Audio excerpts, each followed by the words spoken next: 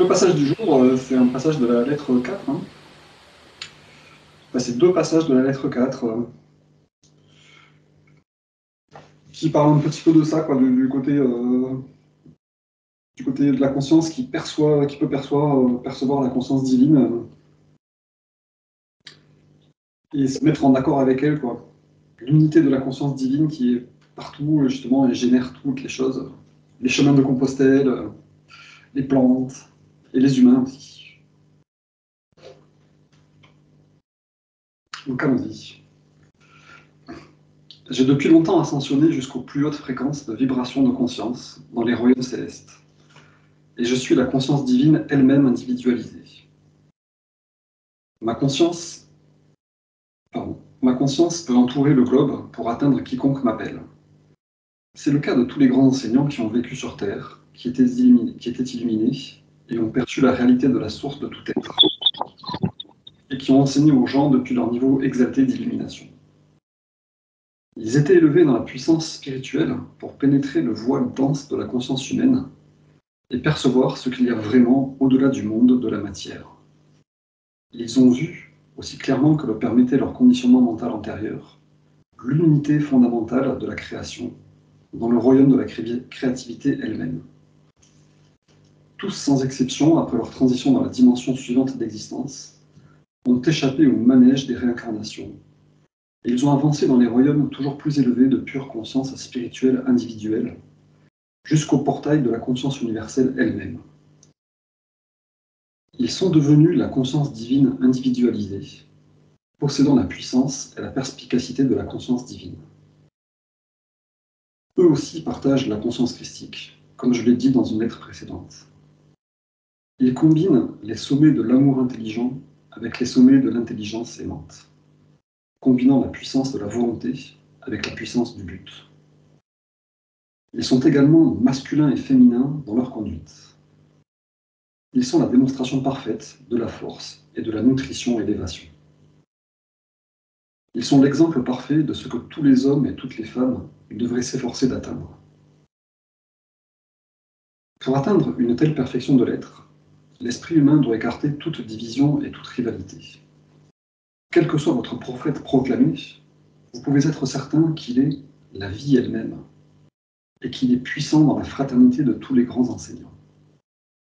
Chaque prophète, chaque enseignant a perçu la même réalité et a vécu d'une manière tellement brillante qu'il s'assurait qu'il accomplirait finalement le but de chaque homme, la perfection au paradis. Il est d'importance vitale que vous compreniez cela et que vous réalisiez que les divisions que vous faites entre vos enseignants sont complètement erronées. Parce que nous sommes tous unis dans notre source de l'être commune. Nous sommes une fraternité d'êtres de vie, chacun manifestant à travers notre individualité la vérité suprême de notre source de l'être. Nous sommes égaux en pureté, puissance, beauté, en grandeur d'esprit et d'amour. Par conséquent, les moutons de toute conviction religieuse, ceux qui ont suffisamment évolué dans la compréhension spirituelle de l'unité fondamentale dans notre source de l'être, devraient rapidement chercher à s'unir en fraternité égale dans vos villes et pays, et atteindre et se relier à leurs frères spirituels du monde entier, quoi qu'il se passe dans le monde extérieur. Vous devriez transcender toutes les différences religieuses, chrétiens, musulmans, soufis, juifs, israéliens, palestiniens, hindous, bouddhistes, etc. Et vous considérer comme étant tous de façon égale dans le havre de paix de l'amour universel et de la protection intelligente universelle. En paix avec vous-même, les uns avec les autres, et avec ceux qui sont déterminés à lutter jusqu'au bout. C'est seulement de cette façon que votre planète survivra à la tourmente qui est devant vous. Ça finit sur un avertissement un peu menaçant, mais...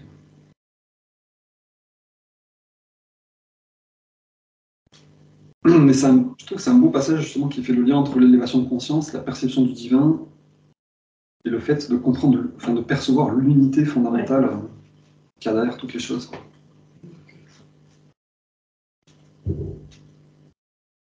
Donc quand je vous demandais est-ce que vous arrivez à percevoir Dieu tous les jours, partout, notre but, c'est peut-être un petit peu ça aussi, quoi, de percevoir l'unité fondamentale de toutes les choses. Qu'il n'y a pas de division fondamentale, quoi, entre les gens, et entre les plantes et nous, entre les animaux et nous, entre notre voisin et nous-mêmes.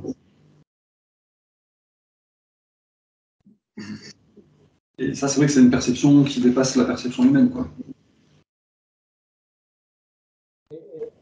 Est-ce que pour arriver à cet état-là, il ne faut pas déjà faire en nous? C'est ça un prérequis. On t'entend pas très bien, Philippe, si tu veux parler près du micro. Je disais que est-ce qu'on peut voir l'unité à l'extérieur si elle n'est pas en nous? Bah, les deux vont de pair, hein, j'ai l'impression, quoi.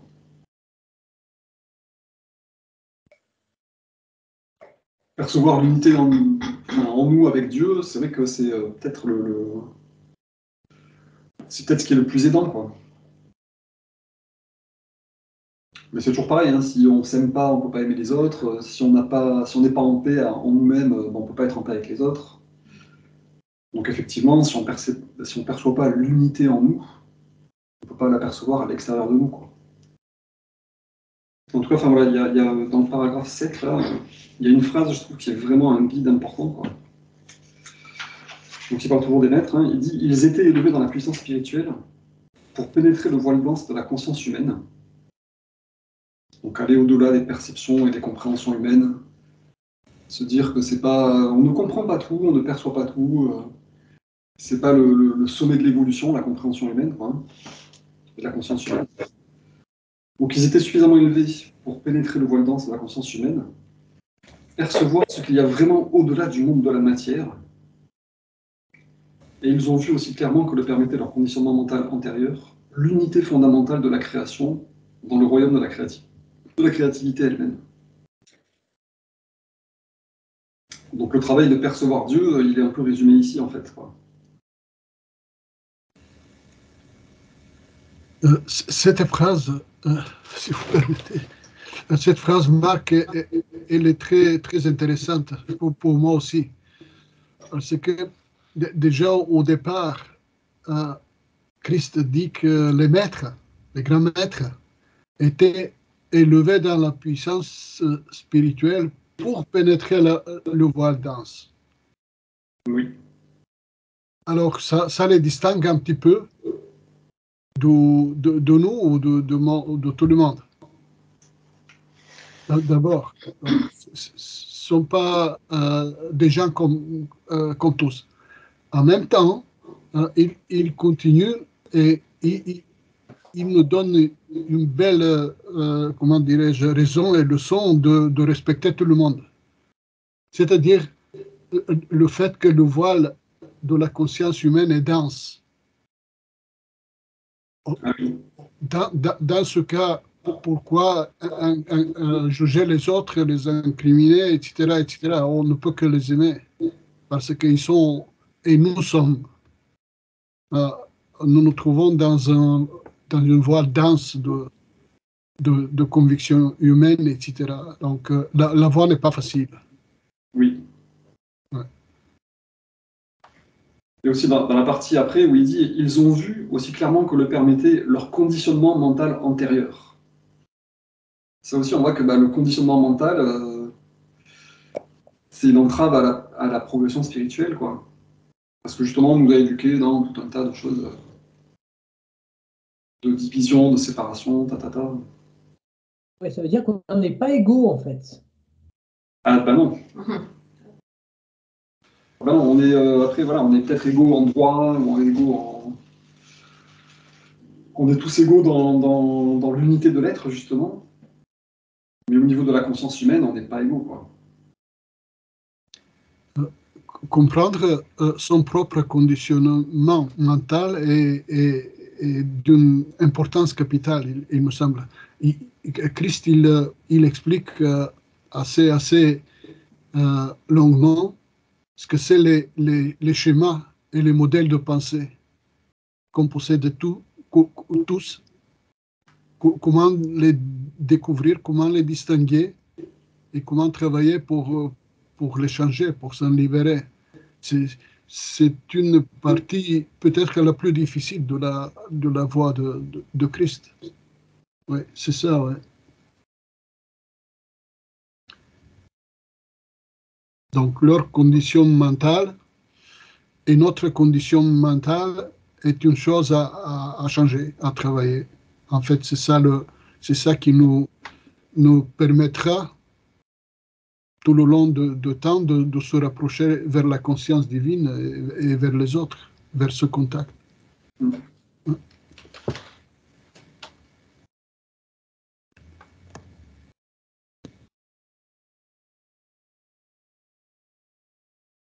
Mais c'est vrai qu'on est, enfin, ce que tu disais, Philippe, on n'est pas égaux dans le sens où on a tous des conditionnements mentaux plus ou moins entravants, enfin, en fait, on va dire, ou plus ou moins contraires à la réalité de l'existence, quoi. Mais par contre, on est égaux dans le sens où on a tous du conditionnement mental à dépasser, quoi.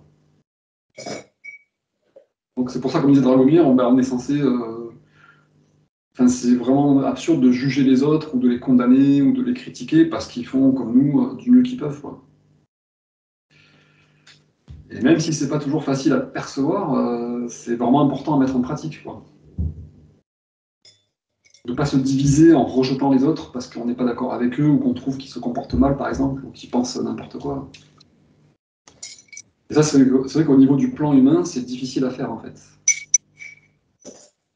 De dire, bah, on est d'accord pour pas être d'accord. Mais on reste amis, quoi. Sans vouloir se mettre dans l'autre, ou soit sans se dire, ah, bah, tiens, c'est toi qui as tort, et c'est moi qui ai raison, et c'est comme ça.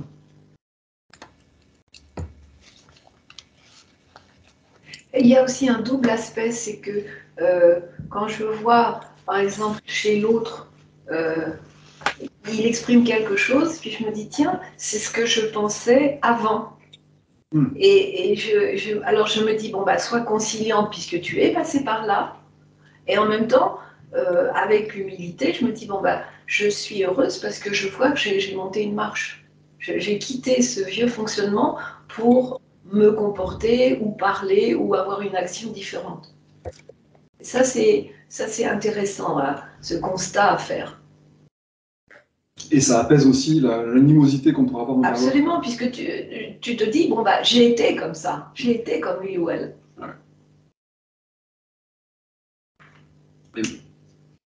Et puis dans l'autre sens aussi, se dire, ben, il y a des gens plus avancés que moi qui doivent aussi trouver désolant que je sois moi-même dans cet état, quoi. Oui, chacun chemine à sa mesure, comme toujours.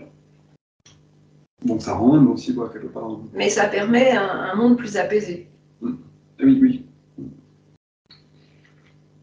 Le but de la paix avec soi et de la paix avec les autres, hein, c'est justement arrêter ce truc-là, quoi. Arrêter ce truc-là de je suis meilleur, ou l'autre est mauvais, ou je sais pas quoi. Parce que notre ego, attraction, rejet, nous pousse à ça, hein. Nous pousse à attirer le prestige, la grandeur pour nous-mêmes et à rejeter les autres qui nous font du tort, quoi. Et surmonter l'ego, ça veut dire être dans l'amour total de l'autre, quoi. Et de l'aimer avec compassion si voilà, il est dans des états de conscience qui nous paraissent négatifs, quoi, ou dans des croyances qui nous paraissent complètement erronées, bah, ça va avoir de la compassion pour lui, quoi.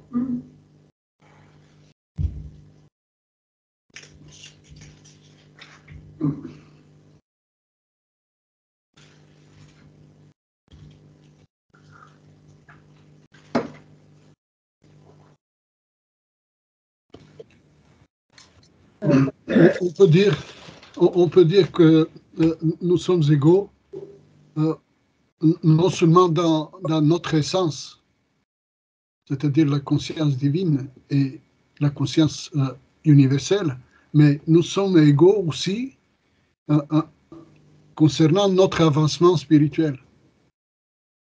C'est-à-dire, c'est très personnel. Et il n'y a pas quelqu'un qui peut faire ça à la place d'un autre, d'un côté, et il n'y a pas ceux qui peuvent arrêter l'avancement personnel de quelqu'un d'autre. Donc, dans ces deux chose, nous sommes vraiment égaux sur Terre. Ouais. Ouais. Mais tout dépend des choix que tu fais. Oui, puis tout dépend du point de vue aussi. C'est vrai que les gens qui n'ont pas lu les lettres et qui ne s'intéressent pas du tout à la spiritualité, bah, ils sont sur un chemin de progression spirituelle aussi. Mais comment dire, par essai et erreur, quoi. C'est-à-dire, ils sont encore en train de se... Bon, on s'en fiche un petit peu de ce que font les gens enfin, qui ne s'intéressent pas aux lettres. Mais... en tout cas, c'est qu'on est tous sur un chemin de progression spirituelle, soit volontaire et direct, soit indirect, parce qu'on va se confronter aux difficultés de la vie, et donc on va se poser des questions pour savoir comment arrêter de souffrir, comment avoir de la satisfaction des besoins. Donc même la personne la plus fermée à la spiritualité, c'est vrai qu'en réalité, elle est sur un chemin spirituel. D'exercer son ego sur son environnement, d'en subir les conséquences négatives, et de batailler avec ça, jusqu'à ce qu'elle découvre que, ben oui, en fait, la façon dont je traite les autres, ça va créer la façon dont les autres me traitent, quoi.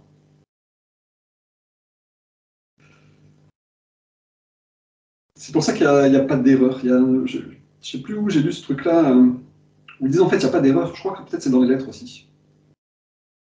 Il n'y a pas d'erreur parce que tout nous apporte une leçon en fait.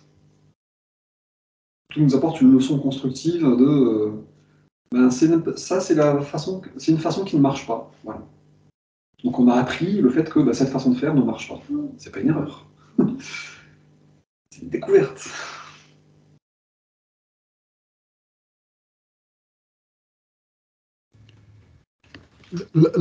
L'âme humaine, Marc, déjà avant son arrivée sur Terre, son retour, elle choisit plus ou moins ses expériences oui.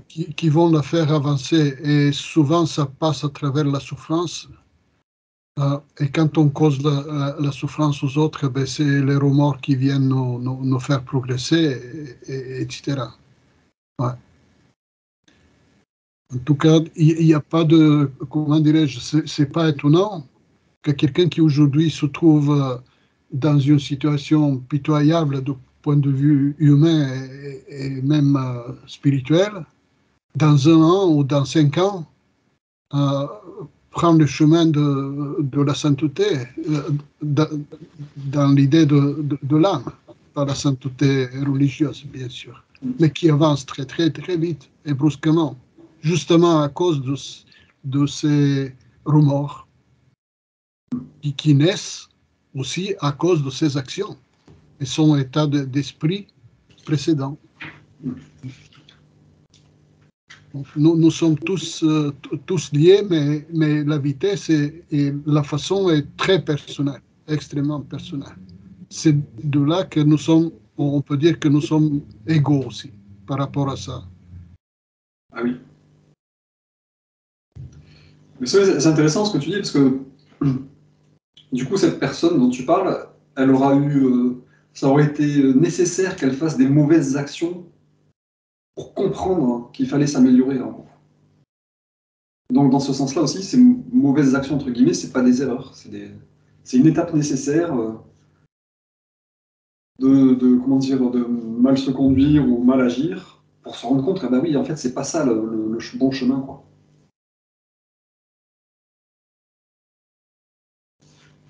Christ, il le dit, le cycle harassant des réincarnations, c'est pas très positif, mais c'est très fatigant. Ah bah c'est juste, hein. Oui.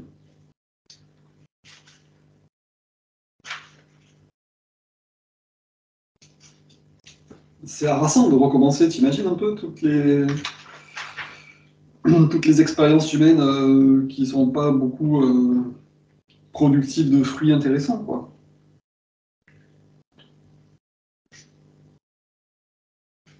Donc c'est sûr qu'il y a un aspect harassant, quoi.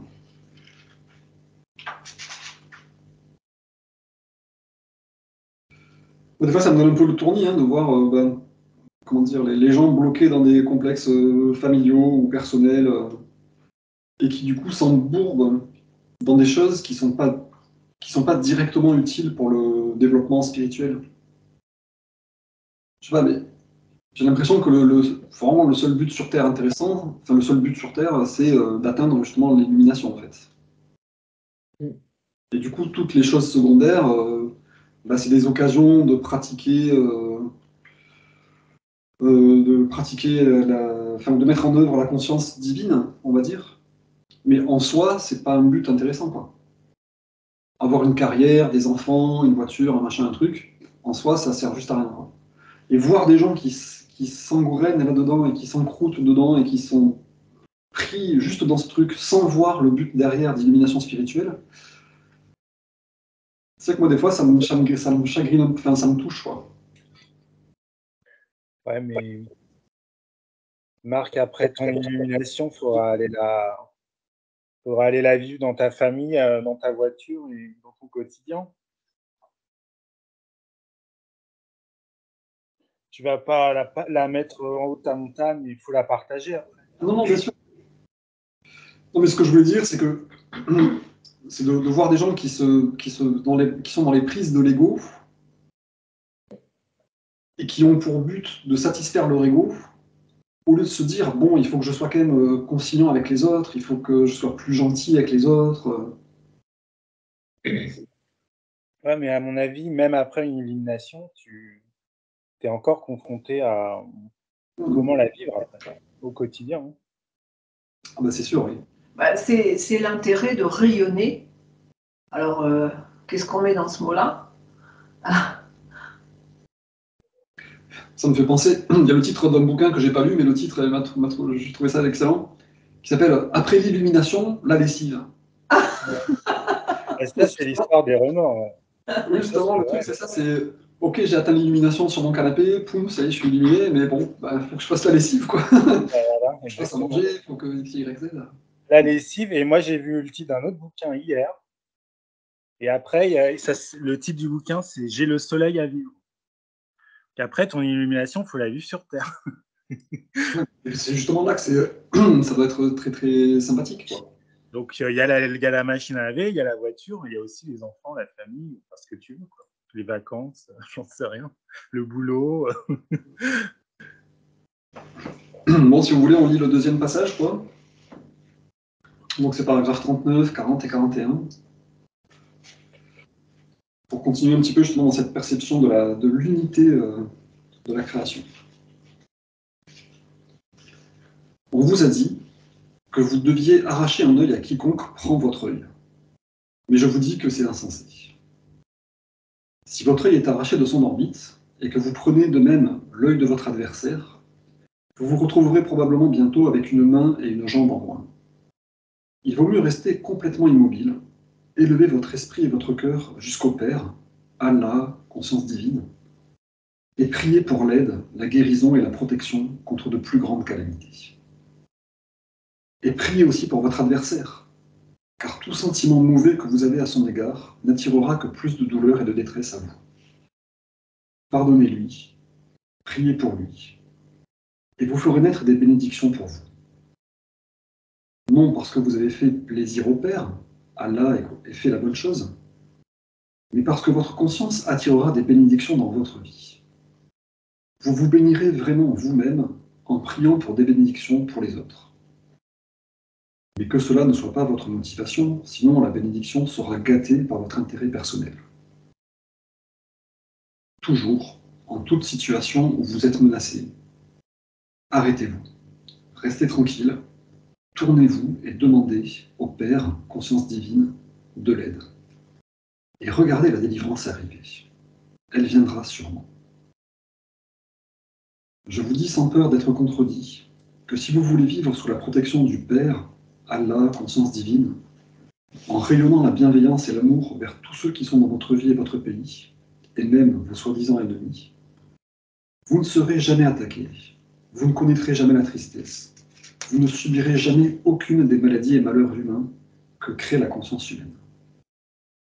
Vous serez enveloppé dans un manteau d'amour et de lumière. La conscience divine affluera dans votre esprit, votre corps et votre vie. Les gens pourront tomber malades autour de vous, être abattus par une attaque, ou se noyer dans les affres de la peur, Mais vous continuerez le même chemin, conscient que personne n'a le moindre pouvoir humain contre la puissance, la source de votre être, qui vous a donné votre propre être et votre propre vie sur Terre. Personne ne peut oser nier cette déclaration, car aucun de ceux qui voudraient la nier n'a atteint le niveau de conscience spirituelle où une telle protection est une chose normale. Par conséquent, comment pourrait-il nier cette déclaration? Et je dis la même vérité à ceux qui ont atteint le niveau de conscience spirituelle qui perçoit l'universalité du Père, Allah, conscience divine, et son amour abondant rayonner vers tout un chacun. De tels adeptes spirituels s'efforcent de vivre dans cet amour et de le rayonner. Et ils confirmeront avec joie que c'est une vérité que j'ai déclarée. Ils auront expérimenté la protection et la satisfaction des besoins miraculeuses, et ils sauront qu'ils peuvent se détendre au soleil de la bienveillance et de l'amour du Père, Allah, conscience divine. Ils seront aussi heureux d'accepter que la conscience divine, appelée par tout autre nom, Dieu, Yahvé, l'absolu, l'infini, Allah, reste toujours la conscience divine universelle omniprésente, en dépit de toutes les différentes terminologies utilisées par les diverses nations. Ils auront atteint ce niveau de compréhension spirituelle lorsqu'ils pourront percevoir que derrière toute couleur, tout langage, croyance, acte de toute nature, tous les gens, toute la création elle-même, est une à la racine de leur être. L'homme et la fourmi partagent les mêmes origines dans l'équilibre de la conscience universelle. Ceci est la véritable liberté, la seule liberté.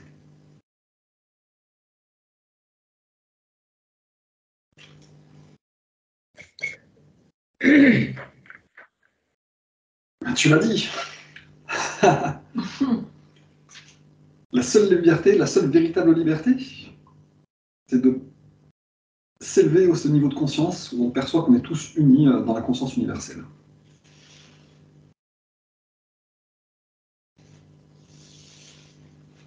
C'est quand même bon.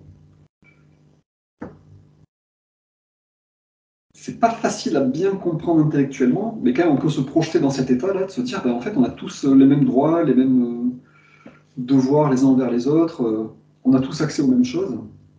Donc il n'y a pas du tout besoin de s'énerver, de se contrarier. Le Père nous fournit abondamment tout ce dont on a besoin. Donc il n'y a juste pas besoin de s'énerver, de s'inquiéter pour le lendemain. Tout est fourni à tout le monde en part égale par la conscience divine, quoi, selon la capacité de chacun à puiser dedans. C'est ça.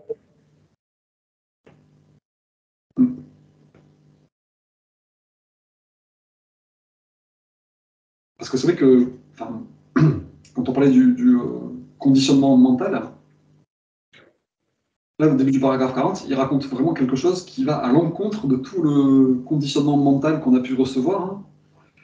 Toujours en toute situation où vous êtes menacé, arrêtez-vous, restez tranquille, tournez-vous et demandez au Père, la conscience divine, de l'aide.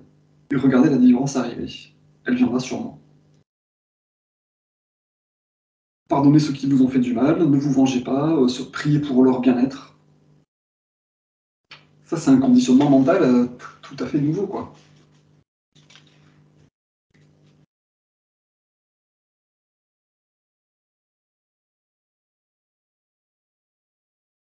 Au lieu de critiquer les soi-disant méchants, ou de vouloir les corriger, ou de vouloir les combattre. Non, non, tournez-vous vers le Père, restez dans l'amour et le pardon, priez pour ceux qui vous font du mal.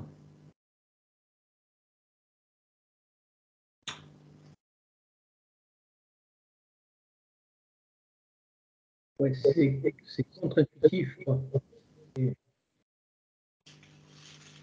Ah oui. C'est contre-intuitif pour l'intuition de l'ego, et puis c'est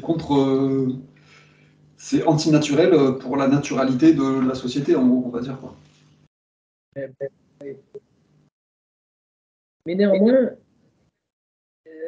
quand on constate un dysfonctionnement, une injustice, est-ce que notre devoir n'est pas de le signaler, de le dire, d'éclairer la conscience de l'autre. C'est comme le Christ qui dit à Pilate en disant mais pourquoi tu me condamnes? Il a quand même,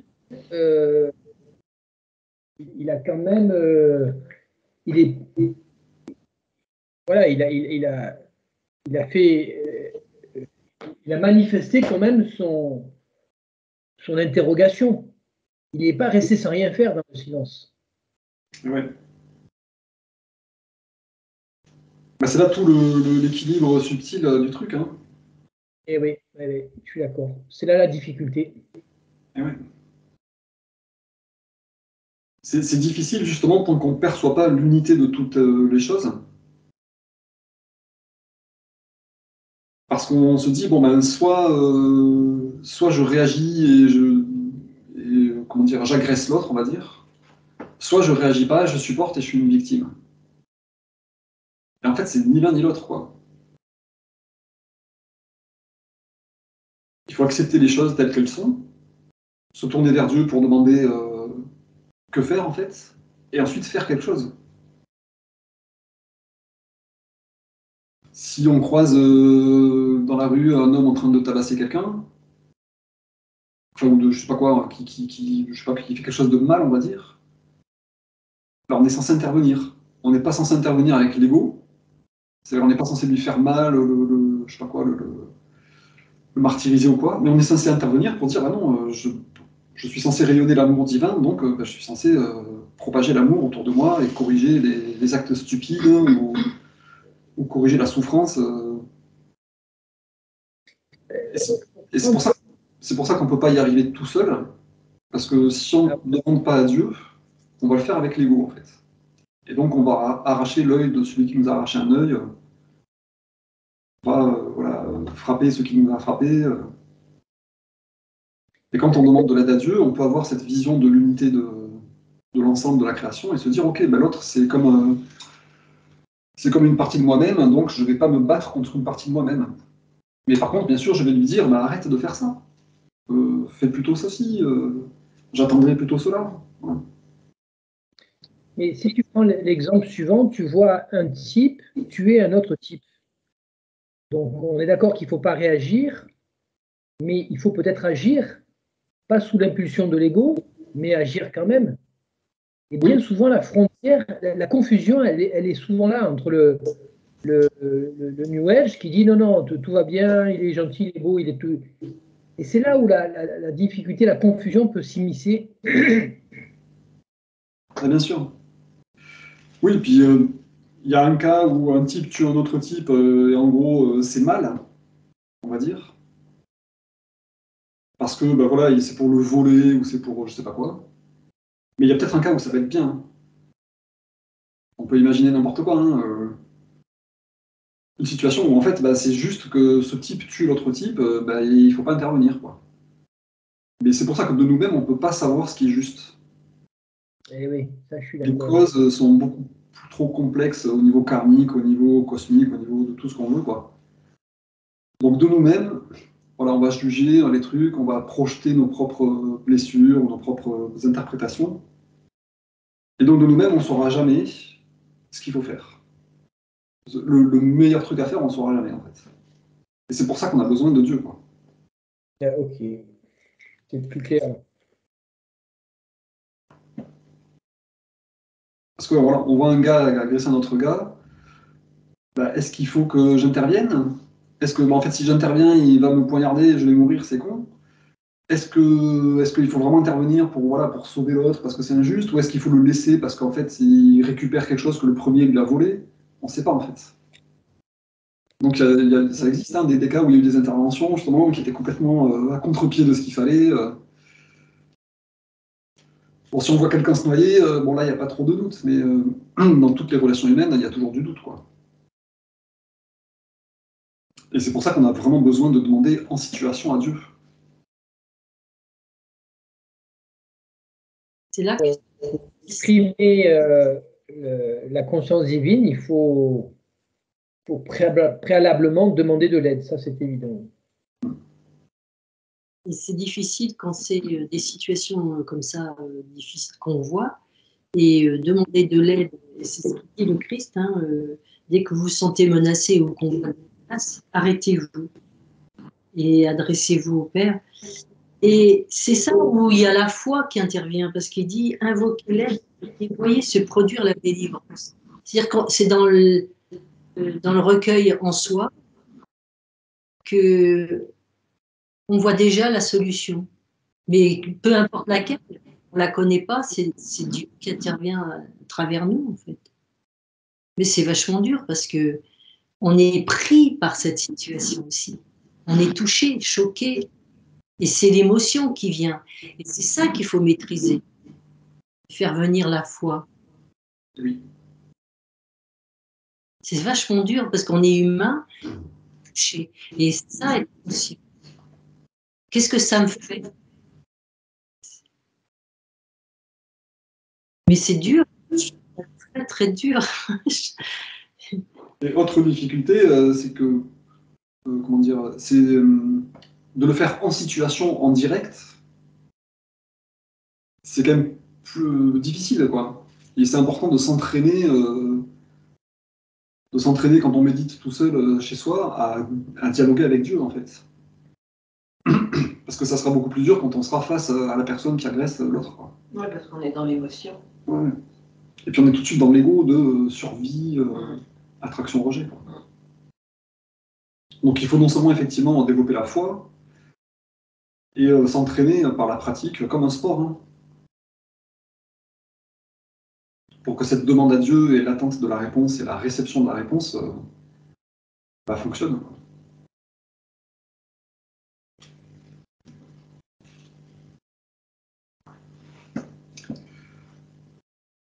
Donc c'est pas particulièrement évident, mais pourtant c'est la voie, quoi.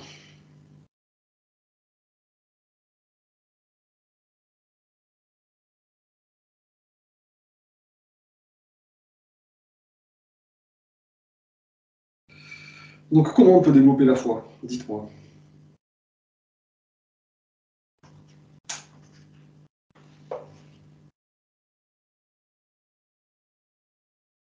Comme tu l'as dit, c'est de préparer, de méditer, de prier et être le plus possible connecté. C'est ça la foi. Mais Oui. elle n'est pas constante. Il faut qu'elle soit ancrée. Je rajouterais par les expériences de guérison, de réparation, d'amélioration des situations. La foi, elle fait que d'augmenter après. D'expérience en expérience. Mais tu as raison, il faut le remercier. Tu as raison. Oui, puis il faut mettre à l'essai, comme disait tout à l'heure Annie, de mettre à l'essai l'appel à Dieu et la réponse de Dieu, quoi. Quand tu disais, ouais, on est étonné quand ça répond. Moi, je dirais, le mot est un peu trivial, mais être tout le temps dans la pratique de ça. Avoir, je ne vais pas dire Dieu à portée de la main, mais qu'il soit là en présentiel. C'est ne jamais lâcher sa main, dans un langage un peu terrien. Mais c'est que ça se mord un peu la queue, quoi, parce que pour faire appel à Dieu, il faut avoir la foi. Enfin, pour faire appel à Dieu et que ça fonctionne, il faut vraiment y croire. Et plus ça marche, et plus on y croit, et donc plus on y fait appel. Attends, quand tu as le nez dans les lettres, quand même... Mais pour enclencher le moteur, non, mais c'est vrai que pour enclencher le moteur, il faut, Ah oui, oui. Ouais. Il faut se mettre du mal au départ, quoi. Mais aussi, je pense qu'il y a quelque chose qu'il faut aussi être conscient, c'est qu'on a tous vécu des choses, entre guillemets, c'est un bon mot, mais des traumatismes. Et que ça aussi interfère, empêche d'avoir la foi parfois. Parce que justement, on retombe dans des vieux schémas et on ne sait pas d'où ça vient. C'est trouver la racine. Et ça, c'est un travail aussi intérieur, personnel, qui est à faire. Et voilà, peut-être.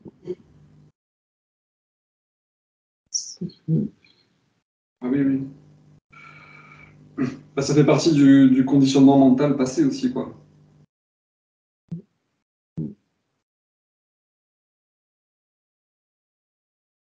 Un traumatisme, c'est quoi en fait? Trauma, c'est un événement qui se passe pour lequel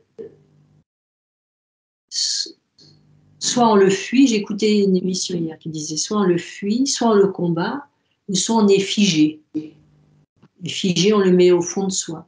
On ne veut pas le voir. Et ça fait trop. On ne veut pas le voir. D'une façon générale, on pourrait dire un trauma, c'est une effraction dans la satisfaction des besoins. Mon ego a été blessé parce que soit on lui a enlevé quelque chose qu'il voulait, soit on lui a imposé quelque chose qu'il ne voulait pas. Ouais, moi, je pense à des traumas très graves. Et Oui, bah, à quel trauma, par exemple? à des abus sexuels. Oui, par exemple.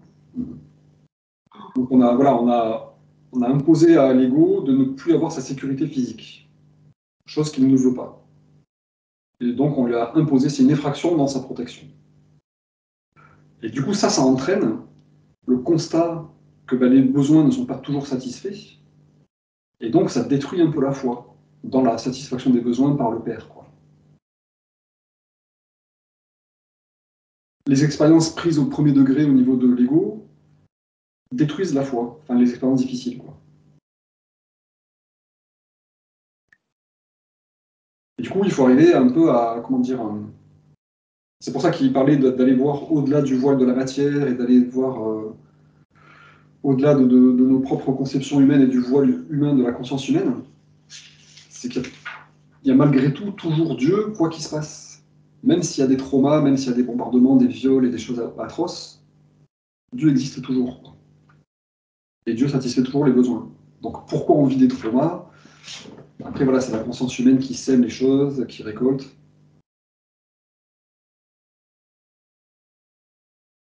Mais c'est vrai que ce truc de la foi, c'est assez difficile. C'est pour ça qu'à un autre endroit aussi, il dit que notre édifice de vibration spirituelle devrait être sacro-saint et qu'on ne devrait jamais permettre à quelqu'un de le saper, en gros. Parce qu'effectivement, la foi, la compréhension de la relation qu'on peut avoir avec Dieu, la compréhension de l'unité de la création, ça peut facilement être détruit par des traumas, justement. Ou par des actions autres, ou par des interactions avec les gens, quoi.